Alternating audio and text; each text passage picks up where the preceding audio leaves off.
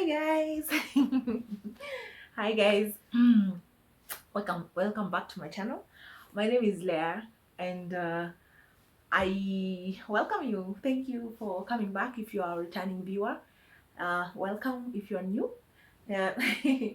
So you guys, I came today to just have a chit chat video, and just catch you up on where I am, you know, in other, perspective or aspects of my life. The last like or three videos, I talked to you about where I live, that I moved houses. So today I just wanted to come and talk to you guys about where I am financially and stuff. So yeah, you guys. So yeah, so there's this thing that's been disturbing my mind like for some months, you guys, for like a year. For like a year, I've been dealing with this, trying to figure out my finances, because as you guys know, that for a few years actually, I've been trying to figure out my finances. I've been trying to figure out how to be financially independent, not only independent, I am trying to figure out how to be financially free, you guys. I want that financial freedom.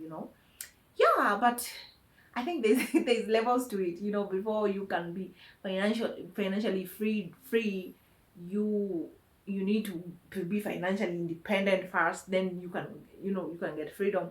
Not that it's impossible to move from dependency to freedom. It's not impossible. Nothing is impossible with the Lord, as we know. Yeah, God is amazing. So you guys, so yeah, for a few years I've been trying to find my financial freedom, at least have independence, financial independence of some kind, from needing employment. Not that I'm against employment. If I could get back to employment, I would do it. That's why I always just talk to young women who think it's just easy to be a single mother. Yeah, I want to be a single mother, I want to have my baby, and be on my own. I always say, think twice. Being a single mother is not that easy. It comes with so much responsibility. For the child. And you become the father and the mother. You become the caretaker and the provider. So when do you split yourself up to do those things? And being in a country like Kenya, it's so tricky to get a job that pays you enough for you to actually have decent enough accommodation, and then have someone to take care of your child as you go to work. So that has always been my main struggle. Like, when am I my daughter's provider, and when am I her caretaker? Or how do I get a job that actually pays me pays me enough for me to actually get a good person, maybe someone I can trust to take care of my daughter, and take care of our other expenses. How do I get that? Like, and a year ago, yeah, a year and a month ago, in 2023 December date 2, I started a job for this hotel, a big hotel in Karen. It's big, you guys. It's huge. I got a job. They were looking for a pastry chef, and I had registered with this agency back like years ago, like maybe 3-4 years ago. I had registered with that agency. They are recruiters, and I registered that I was looking for a job as a pastry chef. Back in those days, I was very actively baking. I had clients in Karen and the environs of Karen, from Gong, from Lenana, from Langata. I had so many clients around surrounding Karen. So I had a business going, and I have some good experience baking cakes, specific cakes that my client really loved, like banana cake, carrot cake. I did chocolate cakes, black forest, white forest. Those were the type of specific types of cakes that my clients loved. So I perfected those cakes for that type of client that loved that type of cakes. So this agency, years later, reaches out to me, and they say, Leah, there's a hotel in Karen that is looking for a pastry chef, are you interested? And I was like, at that time, this November 2023, I was losing my mind, you guys. I had just moved out of my parents. Yeah, when I came from Kisumu, I moved out. I came stay with my parents for 6 weeks, and then I moved out to live on my own, another place, not in this one, another building. And I was losing my mind. I was crying to God, and I was saying, God, what am I supposed to do? How my daughter was gonna go into a new grade, the fourth grade, and there was so much I needed to do. I needed to buy new uniform. I need, the first time is so expensive to get a child into, and I was losing my mind. And I was crying out to God. I'm like, God, what am I going to do? What am I going to do? How am I going to make this money that I need to get her into in school? It's not so much money for other people, but it was a lot for me because I had no income, literally, like almost no income. I was still a trader. I still trade, yeah, even today, but trading wasn't working out. It wasn't giving me enough. I was losing money sometimes, and I'm battling to recover. I'm always on recovery mode, always trying to recover my losses. So I was just like, I'm not making much money. My savings were running dry. I'm just withdrawing and spending, and I was literally running dry, losing my mind. So this agency calls me and they say there's a job. And are you interested? I was like, yeah, of course I'm interested. So I'm like, how is it gonna work though? How much are they paying? They were paying 35,000. After taxes, it was coming to 29,000. So I'm like, how is it gonna work? Where are we gonna live and all that and all that? But I said yes, I'm gonna do the job because I'm not lazy. No, I'm not lazy. Yeah, sometimes I do look lazy, but I'm not a lazy person. I've done all types of weird hard labor jobs, worked for a school, cooked for 400 people. I would make ugali for 400 people, you guys. I did ugali for 400 people. I tell people that I can make ugali for hundreds of people, and people think, no, you can't. I used to make ugali, 17 packets of ugali, up to 22. I think there was a time when doing 22 packets. That's 44 kilos. One sufuria that fit 44 kilos of ugali. I was making ugali for 44 kilos of ugali. Yeah. So I can say.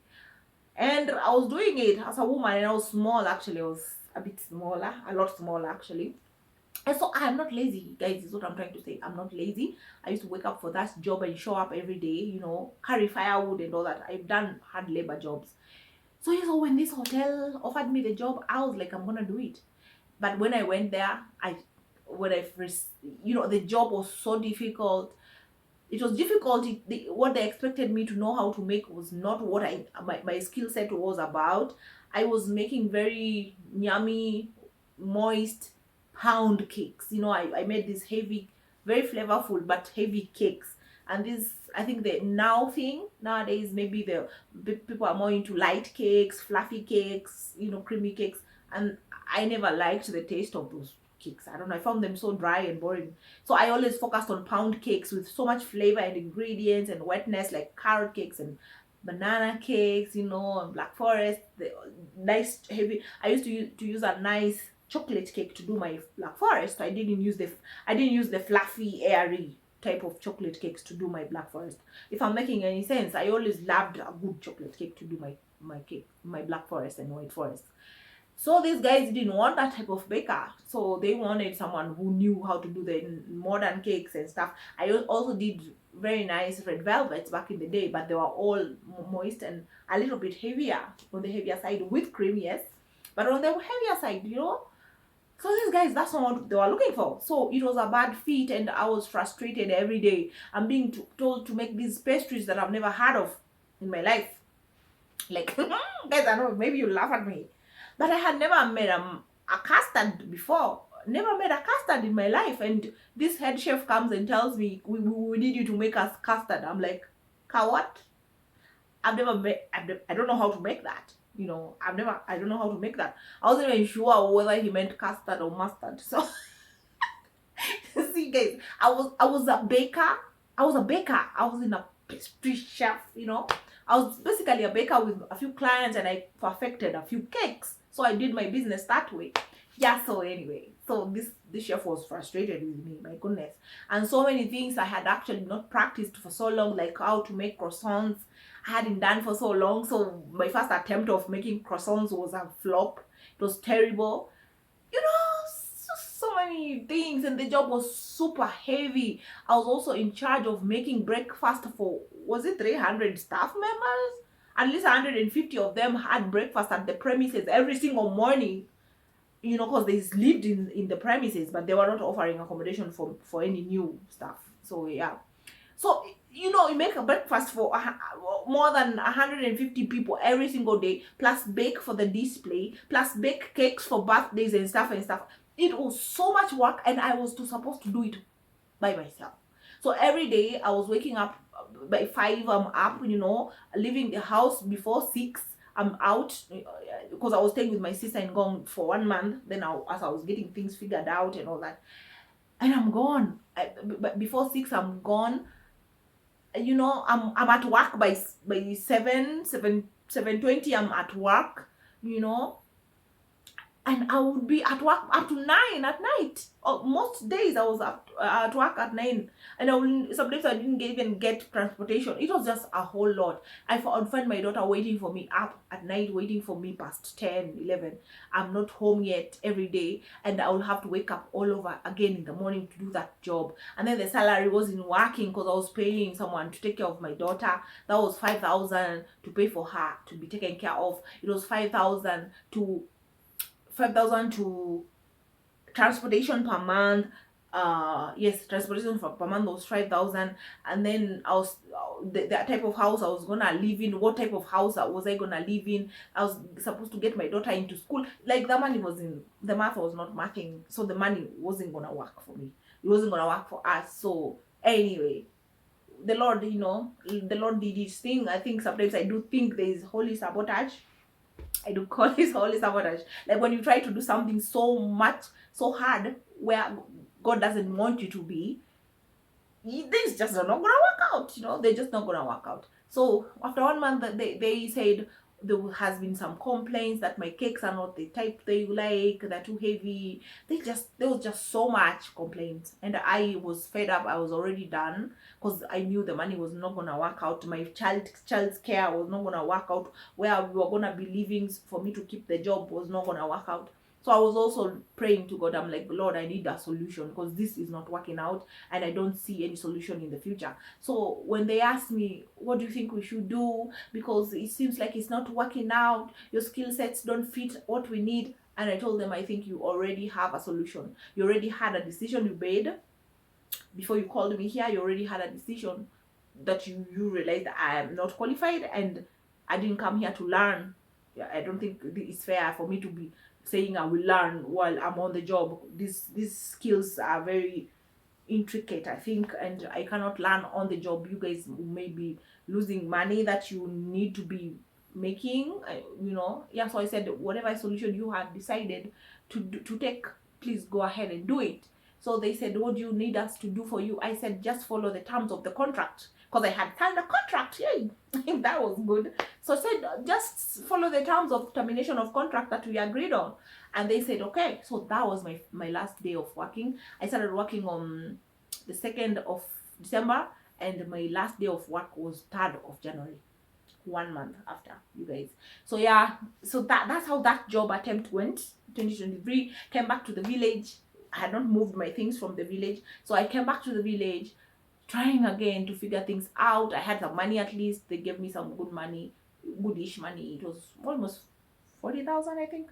I had almost maybe 38,000 or something. Yeah, I had money to get my daughter into school. The money I was looking for, you guys, I found. So I got high school, paid rent for 3 months. I got rent for 3 months. Actually, that's the money that got me into this place. In the end of January, I got into this place now. Yeah, paid for like 3 months, I think.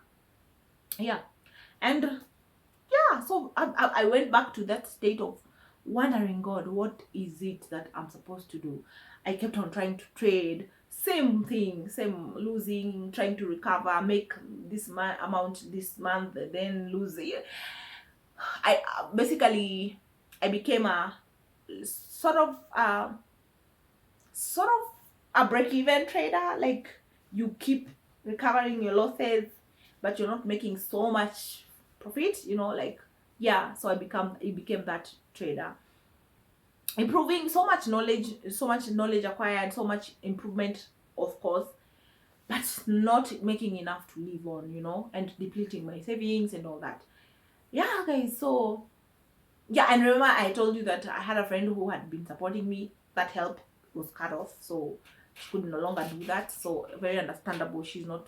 She's growing in age, and capacity to make money as well had reduced. So very understandable. And I've never really been one who wants to sit down and be supported. No, I've always wanted to be able to do it myself. I really have been. But I think the Lord has humbled me. He has humbled me, guys. Yeah. Anyways, guys, so that has been the thing.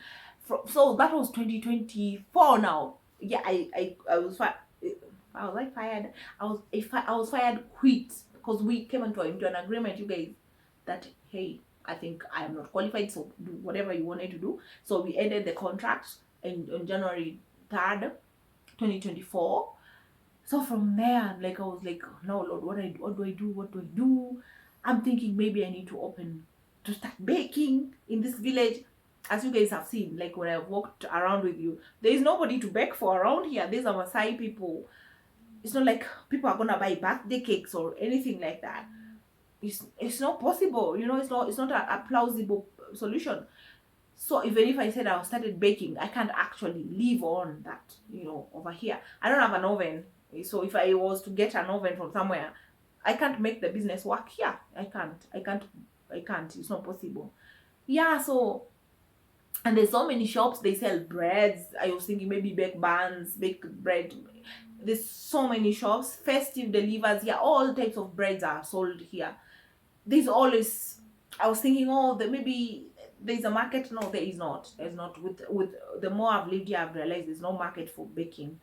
So, and the other people told me they've tried it didn't work for them. The town is still too small for that type of business. Yeah. So you're like, what do I do? What do I do? So yeah. So guys, February of last year, I remember I told you I was in a relationship with this guy from the US, and it ended up, as much as this guy was the one that had made sense so much from other people I met online, and I was in a relationship with this man for 4.5 years, you guys. 4.5 years of waiting, never meeting him. After some time, the communication became very bad. It became so bad, like the guy would go even for a month without calling me. When I would call, it was that way over the years anyway. When I would call, sometimes he wouldn't answer, he wouldn't call me back. When I would text, he wouldn't text back. It was just very strange. But it's because of dreams I had about this person, meeting this particular person, that I held on because I'm like, the Lord showed me, the Lord told me. So there was a particular dream I had before I met this person, a year and a half before I met him. So that would be maybe 8 years ago. I had a dream before I met this person that I would meet him and he would come from far away, the way he would look and da da da da. But he wasn't the only one in the dream. There was two people. So, but he was the only one I had met. So I was just trying to figure out what the Lord was trying to say to me about this person. So that kept me holding on, believing that the Lord would make it clear. So yeah, so that's why I held on. But after a 4.5 years, it was clear to me that it wasn't right. It wasn't God's. The gifts of they say the Bible says the gifts of the Lord maketh rich and add no sorrow to them. Yeah, and this guy, no, as much as he sort of made sense, he was decent-ish, than many people online. He wasn't. There was a lot of sorrow to the relationship. Yeah, there was a lot of sorrow. Like, it didn't make so much sense. So for me, I was staying there with this person for faith. Because of faith and trusting the Lord, He'll make it clear. It just took so many years for the clarity to come. So was it last year? Yes, last year now, February 2024, February. February. I decided, let me go back online. Let me try to see if I'm gonna meet someone, guys. And I'm not saying I'm going back online necessarily to find someone because of my financial situation. I'm talking about my finances here. So, but when I went back online to find someone, was it because I'm looking for a savior necessarily? No, I'm going to look for. I'm going not to look for, but I'm putting myself out there to meet someone because I've felt led to people who are far away from my country. So I believed that's the path that I'm supposed to take. So yeah, so I went back online, and I think a week later I met someone else. And yeah, I met someone else, and this person made more sense. Made more sense, and we started talking. And guys, the funniest thing about it was that when the first day we met, and he asked me, what do you do for a living? And I said, I'm a forex trader. And he said, then no way, you're a forex trader. I said, yes, I am a forex trader. And he said, guess what, I also do the markets. I also do trade the markets. So we had that in common already from day one. Wow, that's amazing. Like, you do forex, I do forex differently, but yeah, we're in the same market. And we got like that. We got hooked to each other like that. We had that in common. We've been having that in common when we talk about our work. We understand each other, so we became such a support system for each other. Yeah, we became such a support system for each other. So guys, I still trade, and I'm with this man. It's almost a year now together. He's come to meet me. Actually, he's from the UK. He's come to meet me. He's met my family. Yeah, he met my family. Then I stayed with him in an Airbnb. As the last video you saw, I was checking out another Airbnb because he's coming in a few weeks. He's coming back. Yeah, so I've been with this person, guys. So anyway, connecting to my finances, guys, with this person, guys. I am not part of the sprinkle crew. I am not really part of the sprinkle crew. I'm not a person who wants to sit down and not think of actually working or making money. I'm not a person who's looking into that. Like, I've always worked. Even when I just lived with my mom, when I had no child, I've always worked. I always helped my mother pay bills. I always bought food in the house. I always made money when I was in Karen. I always worked, guys. Even when I wasn't making money, I wasn't making much money in the jobs I was doing. I was cooking for people in their homes. I had clients that I would go to their homes. I would cook for their guests. They would pay me, that 2,000 shillings, that 4,000 shillings. I would make money, Yeah, I've always worked, guys. So being in this space now after being a mother and having to move from Karen, and things changed so much. Karen was like a good foundation for me. Like, I could do so much because that was our home. My mom was there. If I had to go do a job away from home, I knew my daughter was with my mother. I worked in the compound as well. There was schools there. There was a school there. I worked for the school. Sometimes I worked for the guest house. It just worked for us. So after moving out of Karen, things became so much more complicated. But I'm used to working and making money. I'm used to working. So now, you guys know, as a trader, as I told you, trading became so, like, I became so what? Break-even trader. Like, you're making losses, you're making them back. Making a little bit of a profit, but not so much enough to actually sustain you. Guys, even in these cheap houses, I only paid 2,500 shillings a month. My daughter's school fees is not that much. It's just 5,000, about, yeah, her school fees plus transportation is rounding up to 9,000 a term. And food and stuff, My life is not that expensive, guys, but still I've had challenges. To maintain us, and this person has had, this man has had to come in and support me, guys. Literally look at you guys, from day one, I met this person. He's become this person who takes care of us. Like, he literally takes care of us. From him wanting me to trade better, to like, oh, how much is your trading account? I was trading on a $100 account, you guys. $100 account. He upped it. I lost, I lost, actually, blew my account when he gave me the first, I think he gave me the first $300 account. Yeah, not the first, like, now after losing so much of what I had before, because I used to trade $1,000 accounts and lose. I lost so much, So when I met him last year, he gave me $300 account. I blew it within, I don't know, a month or 2 weeks or something. Blew it. He gave me another, like he has been like he's been trying like to get me independent. He's been trying to get me independent. He said, I'll get you independent. I will get you independent. But and I'm trying so hard, guys. I'm trying hard to get it. Like I'm like, what am I not getting? And guys, sometimes I get such good, I can have such good, like 2 3 good months when I'm making good money. Like sometimes I make good money and I'm like, oh, this thing I've got it, figured out. And then the market humbles me, like, no, you still have some more learning to do. Yes, you guys. So that's where I've been this profitable, then stuck. Sometimes I get stuck in the market. I get stuck. Yeah, because I'm working on my psychology. I'm working on some few details. I've been working on those. So yeah, guys. So I'm in this place of, I'm now dependent. I've become so dependent on this man. He's such an amazing man. Yet he didn't go online to look for a woman to take care of, you guys. He didn't. He wanted a woman. But he wasn't going out there to look for a woman who needs financial help. And that's what I've become to him.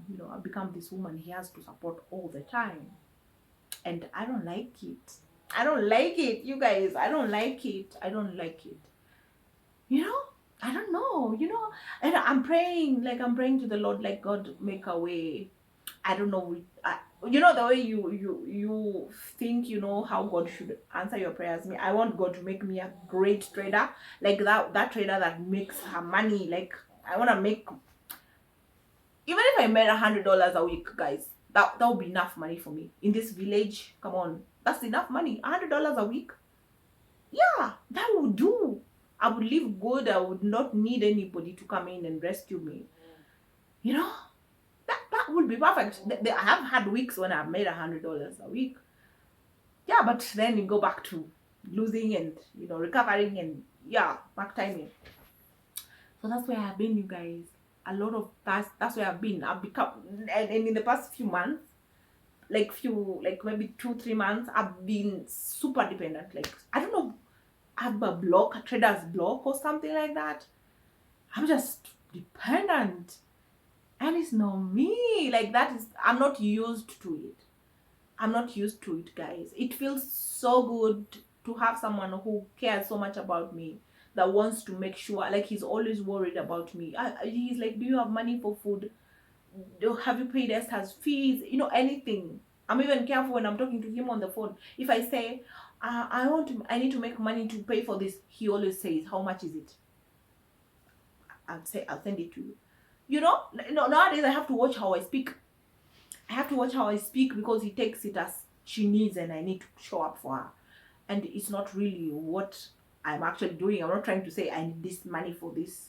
Can you give me money for that? No. I'm, just regular talk. I'm trying to trade, and I'm in this trade because I need to pay for this and that. And he will take it. Pap. Yes. How much do you need? Send it to you. But he is not, as much as he's doing it, guys, he's not giving me from a place of, sit down, I'll take care of you. Sit down, I'll take care of you. What he says is, I'll always take care of you. If you don't have, if you need, I'll always show up for you.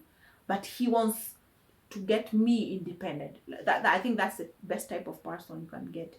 Someone who wants you to not depend on anybody, who wants you to stand on your own 2 feet. So that's the type of person I believe the Lord sent this man to me. He wants me to move from, he wants to move me from the village, you guys. He does want to move me from the village, but he also wants to help me to be able to move myself from the village, if I'm making sense. He wants to empower me to be able to move myself out of the village, which I think is very good, very, very, very good. And that's the best way to do it, actually, than me say, please move me out of the village, please get me an apartment in Nairobi or in Ngong or whatever. He can do that, but it's not what he wants. And I don't think it's what I want also. Like, I want to be able to move myself out there. Yes. So yeah, so and then our relationship is fairly new. He met my family. As I That's all I told the Lord. I prayed and told the Lord, Father, if someone comes from me from far away, as I was shown that the person will come from far away. If he comes from me from far away, all I require is for them to go and meet my parents and take gifts to my parents. And my father blessed us. So that's what we did. My father blessed us. He prayed over us and he said that he blessed us. We did that. That happened fast, like few days. He got here. He came, met my family. My father blessed us and he said he's given his consent. That's all I told the Lord, because it is very unrealistic to expect that someone has come all the way from, he came from the UK, come to meet me, then say he's gonna meet me, we're gonna meet out for coffee dates and say goodbye, and he's gonna go back to his country and then come back later. No, no, it doesn't work out like that for everyone. I think for majority of people, it can't work out like that. You have to stay with this person in the same maybe apartment and stuff. So, but I had conditions. I had told him, this is what I expect as a Christian woman. Please come to my come, then you meet my family. We come, you meet me, then you, if you decide you wanna do this thing with me, do life with me, or you know, uh, you must come meet my family first. Then my family have to give their consent. You must take a gift, kind of an is it Elizabeth, or was it Rebecca? I don't remember. The wife of Isaac, when Abraham sent the servant to go and get Isaac a wife. That type of scenario is what I was looking for. Like, come meet my family and bring a gift, and my father blesses us. Yes, then we take it from there. You know, officiation, if ever we get to that place where we do a wedding or whatever, that's not, to me, that's not what really matters. What mattered was he comes to my parents, get the blessing, we go. Yeah, so that happened and I was satisfied and I am satisfied. But guys, now I've become dependent on this person, you know. He's become such a central part of our lives. It's the beautiful part of our lives. We are so blessed to have him. But I'm at a place where I'm asking the Lord, no, what do I do, guys? And you see, guys, I can't actually get a job. It's the problem. I cannot get any other job, because if I get a job, when he comes, what happens? I have to be with him all the time. I have to be with him, take care of him, you know, be with him. He's come all the way to be with me. Then I'm busy at a job and then come back in the evening tired and all that. You know, it's not possible for me to actually have a job. So it's a discussion we've had. I cannot get any other job, you know, unless I get something online that can work well for me. As we do work online, he works online as well. He tries here and there. You know, he tries trading in a different style than mine. So yeah, guys, so I can't get a job, you guys. Not only in this village, I cannot get a job. There's no jobs in this village. I was offered one in my daughter's school, but they were paying 8,000 shillings a month. Yeah, 8,000 shillings a month. I think our food is more than that a month, you know. Yeah, it is more than that a month. So, and then I would still have to pay school fees in the school, you know, from 8,000 a month. So, I couldn't take it. So, everybody said no. My parents said no. He said no. Don't take that job. It's too little.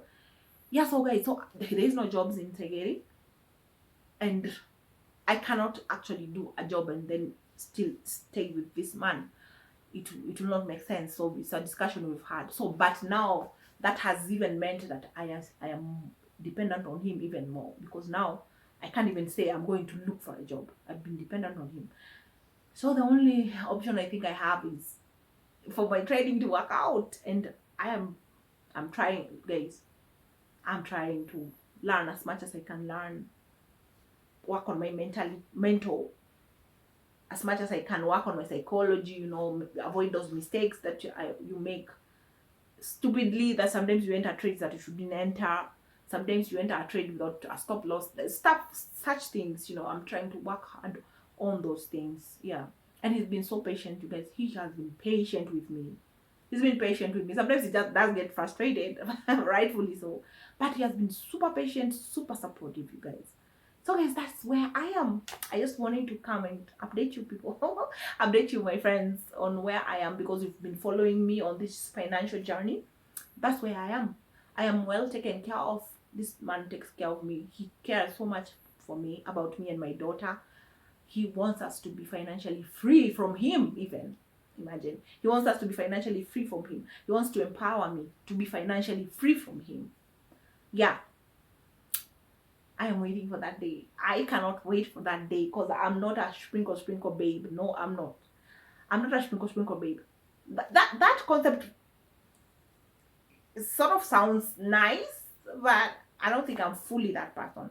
I am enjoying the fact that there's someone who cares that much about me, that he wants to see me and my daughter good, doing good, that we are provided for, that we are taken care of, that we have a shelter over our heads, that we have food. He wants to see us do well. I am so blessed, and it feels very good to know there's that person who thinks of you that much. But at the end of the day, I do want to actually be able to bring a lot more on the table, you know. I would love to bring something on the table, not to be just this person who's always having a hand out, you know, gimme, I need. I've never, actually, funny enough, guys, I've never asked him for a shilling. I've never told him, I need this. No, he's always been like, do you have food? Send money. Have you paid your rent? Have you paid school fees? He always is the one asking. I've never once asked him. And I really am praying for the day when I'll be able to actually contribute to his trips coming, contribute to pay maybe for the house, move myself out of the village so that we have a place where he can actually just come to. When he comes, he can stay with me in my house, and you know, I can stay with my daughter, because right now when he comes, I have to leave my daughter with my parents. Thankfully, they are in the village and she studies in the village. Yeah, so that works out for now, but I would love for when he comes, I have my own place and a nice apartment where he's comfortable. You know, he doesn't come from Africa, so he's comfortable. It's nice enough and he's comfortable, and my daughter can also be with us. We can be together, you know, so we are all together in one roof. Yeah, so guys, yeah, so that is where I am praying, Lord, that the Lord opens the door, makes a way for me, you know, and makes things clear for me, like which way to go, you know. I would love to not be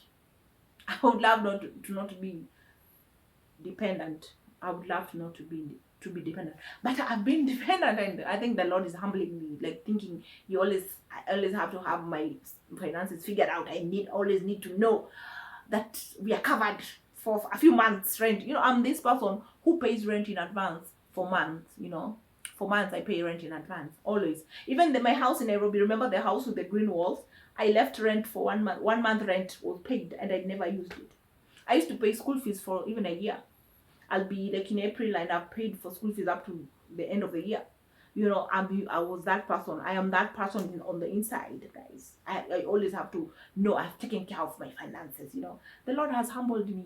Well, I've been humbled. So guys, that's where I am. I just wanted to come here and like story time type of thing, let you guys where I am right now. I am blessed. I have a good man with me. I have such a good man with me. I'm blessed to have him. He's such a blessing. He's such a beautiful soul. Yeah. And yeah, financially I have become very dependent. I am still working. Not that I'm not trying, not that I'm not trading. I am trading, but it's been such a struggle lately. I have some type of mental block or something like that, and I'm praying that the Lord opens my eyes. Like I keep praying, Lord, open my eyes. What am I not seeing? Because I know this market. I know people who are making money. There are people who are working. They are making money, you know. They have improved their lives from the forex market. And I know how to read the market, guys. It's not that I don't know how to read the market. I know how to read the market. You know, guys, I put my thingies on there on the market. I put my fibs and they hit TP. They hit TP, guys. But sometimes I'm on the wrong side of that trade. So I always, even when I'm on the wrong side of the trade, I know where the market is going, why it has gone against me. So I measure, I'm like, it's gonna go up to here and turn around. It does that. It goes up to there, turns around. But some of the time I'm not in the right direction. So I'm in the wrong direction. I don't know whether I'm trading from a place of stress or desperation, you know. Yeah, so I think every trader has that big story before they have their victory. They say, I was stuck in this place and then I broke through. I believe I'm at the verge of my breakthrough. I'm praying that I'm at the verge of my breakthrough, because I do need a breakthrough, you guys. I do need a breakthrough. So you brothers and sisters out there, please, when you when you pray, remember this sister out here who is looking for the Lord to show up for her. Yeah. But just as much as I am at the place of where I was crying and saying, Lord, you need to show up for me, I was at that place before I moved out of Nairobi, and after I came from Kisumu and I was at my parents, I was still at that place. I'm still singing that same song. I am still singing that same song, but from a different perspective. From a different perspective, I'm full of gratitude. I've seen the Lord carry us through since the last times when I was making videos from Nairobi and from in my house in Nairobi and from my parents' place. I'm at a whole different place. It's a whole different situation right now. I'm blessed. I'm so blessed. Yes, I'm still saying I need financial breakthrough, but it's different. So you guys, yeah. So that's where I am. I hope I made sense in this video. And I'm still trusting God. I'm still so grateful to the Lord, because I can see what He's doing. I am grateful to the Lord, you guys. Like, really. Even if I'm living in a single room apartment, I am so grateful to the Lord. Like, really. I told you guys, if the Lord brings me to the village, it is because of His goodness and mercy that He's bringing me to the village. You know, and I still believe that. And I've seen it, you guys, that the Lord is so merciful that He brought me to the village, to be even near my family, to be near my parents, you know, near my family, where I can just walk to my mother's house and, you know, to my mother, I can walk to my mother's house and have a cup of tea. My mom can boil githeri and send it to me. She can boil beans and say, Leah, you want some beans? And I'm like, yeah. Yeah, my mom is always boiling beans and sending them to me. Githeri sending it to me. You know, we always sharing food. My mom makes mandazi every Saturday, and she brings me a whole bag of mandazi that lasts us like 3 days. We binge on them, actually. We overeat on them. Yeah, guys, so I'm blessed. Like, this is a blessing. We were living alone with Esther in Nairobi for almost 3 years, and it was getting very lonely. The Lord brought us to the village. We are with our family. It's nice, you know. Comes with its own challenges also, but it's a blessing, you guys. So the Lord has blessed us so tremendously by bringing us to the village. Guys, I'm grateful. I'm at a place of great gratitude. I am very grateful, and I see the blessing that this is. Yes, as much as I want breakthrough, I see the blessing that this is, you guys. Yes, guys. So, guys, that was my story time. That was my update. So, thank you guys for watching. Thank you for joining me. I hope I do get to see you guys next time. Bye-bye.